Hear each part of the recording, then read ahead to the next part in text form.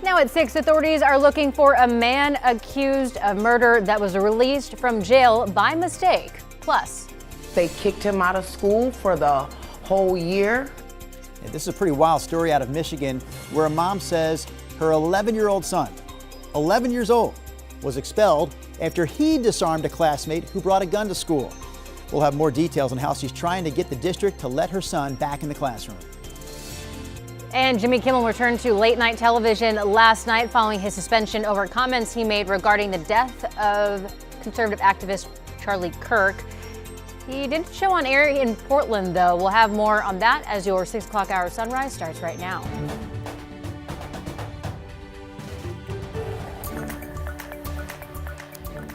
Good morning, and thank you for joining us on your Wednesday. I'm China Green. And I'm Drew Carney. Let's bring Christopher McGinnis and Rodney Hill into the mix here. Rod, you said something earlier I hadn't realized. 1 week from today, we'll be into the month of October. Yes, October 1. Did I say that? You did earlier this morning. We did a full hour already on the show, Rod. You had lots of good things to share. That was one little nugget. All right, let's get you going. By the way, sun up this morning at 7 o'clock. It goes down at 7:03 tonight. I think tomorrow's actually are pretty close to 12 and 12 day in terms of daylight and darkness. We have a clear sky morning. You can just start to see a little bit of color. There's Mount Hood sticking up from the Wells Fargo camera atop the big building there. 57 is the number. You can see it's clear over the West Hills. That's our live camera at the Oregon Zoo. 62. So it's a really nice morning with a few cool spots, but a lot of us are considerably warmer than we were 24 hours ago. At the bus stop, we'll go about 55 in the valley on average. There's that 7 a.m. sun up. Outdoor recess 73 would be pretty much right where we were yesterday at noon. Kids get out of school mid-afternoon. It'll be about 82. So it's going to be another warm, kind of summer-like afternoon for us, Chris. Yeah, a little toasty out there for sure yesterday. All right, let's go ahead and get you out the door. We'll pick it up in northeast Portland. We've got an injury crash right now near the intersection of 148th and Halsey. For perspective, that's Glendiver Golf Course right there. So watch out for the emergency response there. In fact, photojournalist Chad Dehart's live on the scene, and there you can see the lights there off in the distance. So we'll keep you posted on that. Back to our freeway drive. It's getting a little bit busier. This is the live look out of Clark County. I-5 at SR 14. Traffic still zipping right along despite a few more cars out there. Same story at the Sylvan Hill. Highway 26 looks good as well. Guys, right now we are rolling along at a speed limit clip on the freeways. Thank you, Chris.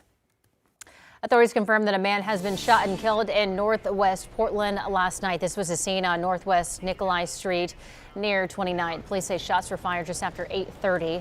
Despite paramedics and bystanders rushing to save him, the victim died at the scene. So far, no suspect has been identified. Meanwhile, the search continues this morning for a local murder suspect who was mistakenly released from jail earlier this week. The Multnomah County Sheriff's Office says that the mistake happened even after a judge ordered that the suspect remain in custody. Sunrise reporter Corey Johnson joins us live from the Multnomah County Courthouse with the latest. Corey.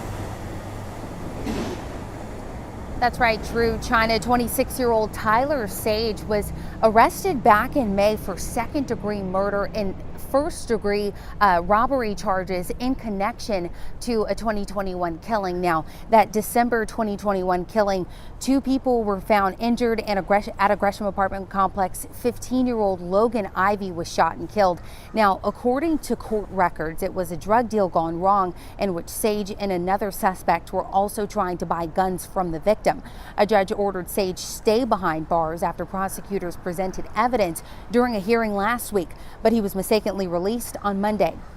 The Multnomah County Sheriff's Office says employees tried to get clarification on an initial release order signed September 17th, which showed both that release was denied, but also that bail was set at $5,000. In a statement, the communications director for the Sheriff's Office wrote in part, "We are committed to conducting a review of the incident to have a full understanding of what occurred and to identify improvements that can be made in our communications with the court and the Sheriff's Office." Now, anyone with information on Sage's whereabouts is asked to call local police. Drew, China. Corey Johnson live for us there this morning with the very latest on that story. We'll continue to follow that as we also tell you about this. More than 90,000 people in Lane County who get their Medicaid through Pacific Source could be losing their coverage. That's because the provider notified the Oregon Health Authority last week that it's not planning to renew its contract. But both sides say they're working to find a way to make sure that there isn't a gap in coverage. The relatives of 3 people who died by electrocution during last year's ice storm are now suing PGE and a landlord for $375 million. Taja Leah Briggs, her brother Teron Briggs, and her boyfriend Devontae Nash died after slipping on ice and coming into contact with a live wire. All 3 were trying to protect Briggs' and Nash's 9-month-old son. The baby survived thanks to a neighbor who put herself in harm's way to rescue him. The lawsuit alleges PGE failed to maintain the wires and pole in safe condition. It also claims Legacy Property Management failed to keep the driveway clear of ice and didn't warn about dangerous conditions. PGE says it does not comment on pending litigation. We also reached out to the landlord but have not heard back. A 5-year-old girl died after a suspected drowning in Fairview Lake. Sheriff's deputies say they responded to reports of a child in the water just before 11:30 yesterday morning. First responders at the scene, as well as at the hospital, tried unsuccessfully to revive the girl. There's no details yet on the circumstances that led up to her suspected drowning. Hey, take a listen to this. A former guest at Newport Motel is facing criminal charges after he allegedly used hidden cameras to spy on other guests. So this happened at the Holiday Inn Express in South Beach. Investigators say 39-year-old Stephen McKinnon of Montana placed small cameras under doors, then watched other people live on his phone. Police allege that he's been doing this at hotels in several states and has possibly recorded people for years. Members of Beaverton's Korean community gathered for a town hall yesterday to address the vandalism at a local Korean church earlier this year. Someone spray painted racist graffiti on the church on 2 separate occasions. The Korean Society of Oregon, along with leaders from both the city of Beaverton and Multnomah County, are encouraging people to report any crime they see, whether they consider it big or small. These kind of discussions are so important to get everyone to understand the importance of calling and reporting. It may not fit the crime, but at least we're reporting what the behavior is and we can take a peek at it. The president of the Korean Society of Oregon says members of their community sometimes fail to report crimes to police because they fear retaliation. Jimmy Kimmel returned to the airwaves on most ABC stations and affiliates last night, though not in Portland. But during his monologue, he teared up as he addressed his comments last week around the assassination of conservative activist Charlie Kirk that led to his suspension. You understand that it was never my intention to make light of the murder of a young man. I don't think there's anything funny about it. Kimmel also talked about his disagreement with Disney pulling him off the air, criticized President Trump, and emphasized the importance of free press. He also thanked people across the political aisle who spoke out against his suspension. Kimmel's show will not run in Portland or about 70 other cities for now, as both Nexstar and Sinclair, 2 major TV station owners, are refusing to air it. Well, the price for Disney Plus, Hulu, and ESPN Select going up again. You know, it seems that headline never reads that the prices are going down, right? So again, they're going up starting October 21st. Most plans will cost an additional $1 to $3 more. This is the 3rd time now in the past 3 years that Disney has raised its streaming service prices here in the U.S. Cute! Yeah, a better story here on the Sunrise Show this morning, a cuter story, although it is sad. This is going to be good news in the end, but at first it's kind of sad to learn that Nora, one of the most popular residents at the Oregon Zoo, is going away. Yep, Nora is moving to Wisconsin.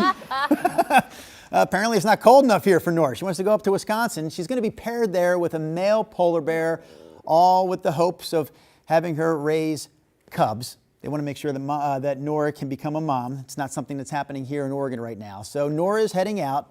Another bear, though, is moving in. 2-year-old Kalik is heading our way from St. Louis. Kalik described as energetic, playful, and ready to take his next steps towards adulthood. You know, I feel like I'm a pretty good journalist, and I like to see things through. So I think it would only be right that KGW would send me with Nora when she has cubs to hold the cubs, show you the cubs, introduce you to the cubs. Now, you realize this could happen in the middle of winter in Wisconsin. Yeah, but might not be the piece Oh, of I cake have assignment that you would want. I have my dinosaur stomper 3000s, I call them. They're Okay, like really all right. boots. I'm good. So you'll be okay up there. Yeah. Okay, in the frozen tundra of Wisconsin. All right, here's a look at some live cameras. Really a beautiful morning. All of our cameras now getting, well, most of them, I should say, getting bright enough to where you can see it is clear. That's Mount Hood in the distance. Blue skies up top from the Vancouver, the Springs at the waterfront camera. Looks like traffic moving okay there on the Interstate Bridge. 56 degrees is the early morning number. And then there's Mount Hood again. This is from the Chehalem Tasting Room out in Sherwood. And again, you can tell that is clear skies over the valley. Here are the numbers. Absolutely zero issues weather-wise this morning as you begin your day. There are some cool spots. Battleground 46, Camas 51. Tiger and Sherwood, 53-53. Westland's warmer at 58. Oregon City, good morning to you. 55 is your temp. Salem's in the low 50s. Dallas, good morning, 51. And down in Corvallis, good morning to you. 51 degrees. Here is the temperature March. This morning, mid-60s at 10, 72 at noon. This has a 77 at 1 o'clock. We will easily get back up into the 80s. Yesterday, 88 was the high temperature out there. Here are the numbers today. And again, for a second straight day, most inland areas will be in the 80s. Weather models suggest the Dow's, this shows 5 o'clock. Some models show you folks in the Dow's actually hitting 90 today. Bend could hit 90. Madras could hit 90. It will be cooler at the beach. Yesterday we had 77 in Astoria, more of a westerly flow. Today your temperatures will hold in the 60s. I've seen a few foggy pockets reported at the beach, but also some clear sky spots too. So Portland 85, and then we get closer to normal tomorrow, 73. I still have a dry forecast through Sunday, increasing confidence that we will see rain on Monday and Tuesday. In fact, now it looks like there could be rain developing Sunday overnight into first thing Monday morning, and that is your update.